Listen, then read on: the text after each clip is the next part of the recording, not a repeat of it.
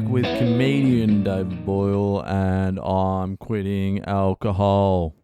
So the time has come. It is the day I've been waiting weeks for.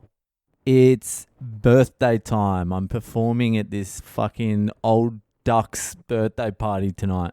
I have never been more excited to do a gig in my entire life. I am fucking frothing this gig.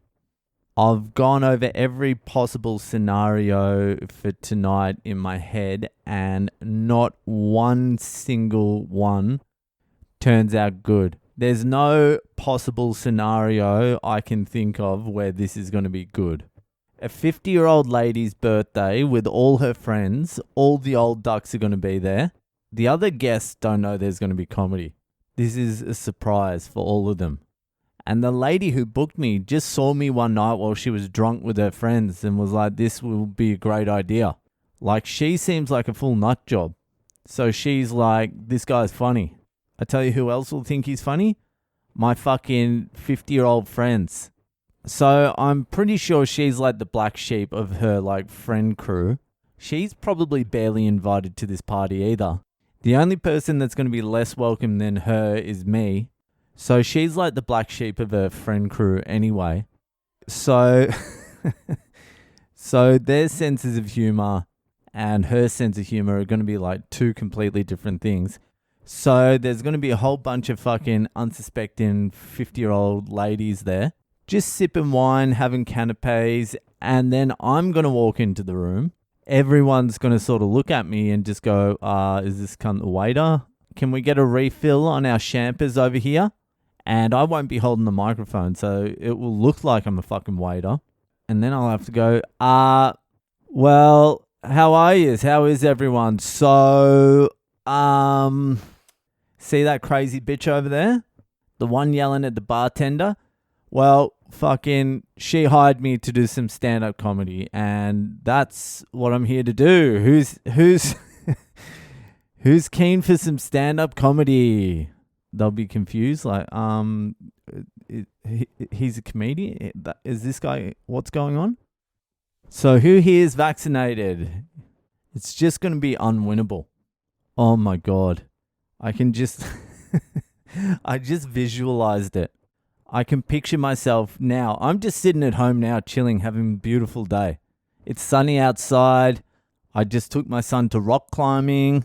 I think it's possible there's more autistics in rock climbing than there is in comedy as well.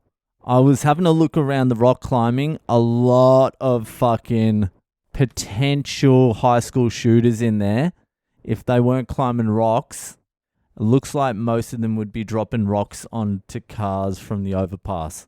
But that was fine. Went to breakfast, just had a tea, just had some blueberries.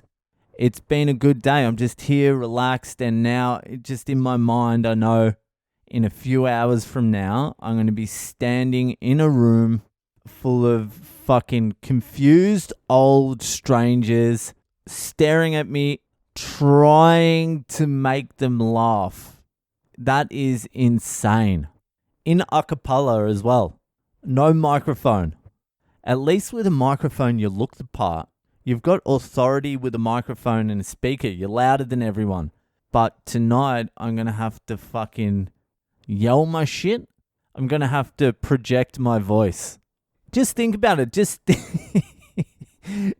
think if you were in this situation I'm about to go into.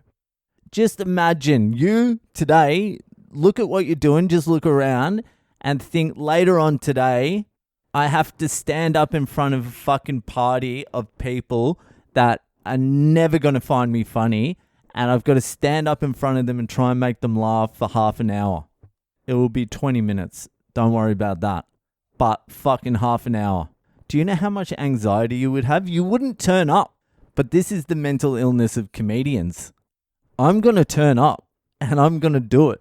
I don't want to do it. I would prefer to give the $300 back. But to be honest, I would probably give the $300 back and still do it. And I'm seasoned now. I know this is going to go bad, but I know how to fucking deal with it. I've eaten shit so many times that it fucking won't affect me. It'll affect me a little bit in the moment, but it won't affect me at all, like as soon as I step out of there, it will not fucking even touch the sides. But here's the true mental illness. I would have done this first year of comedy. If someone had offered me the same gig first year of comedy, I would have done it. But I wouldn't have known it's an unwinnable situation. I would have done it. I would have eaten shit. People would have stared at me with hate. It would have affected me. I wouldn't have recovered from it for fucking months. Now, it's not even going to last 30 seconds. But still, the horror. The fucking horror of it all. Anyway, that will fucking do for today.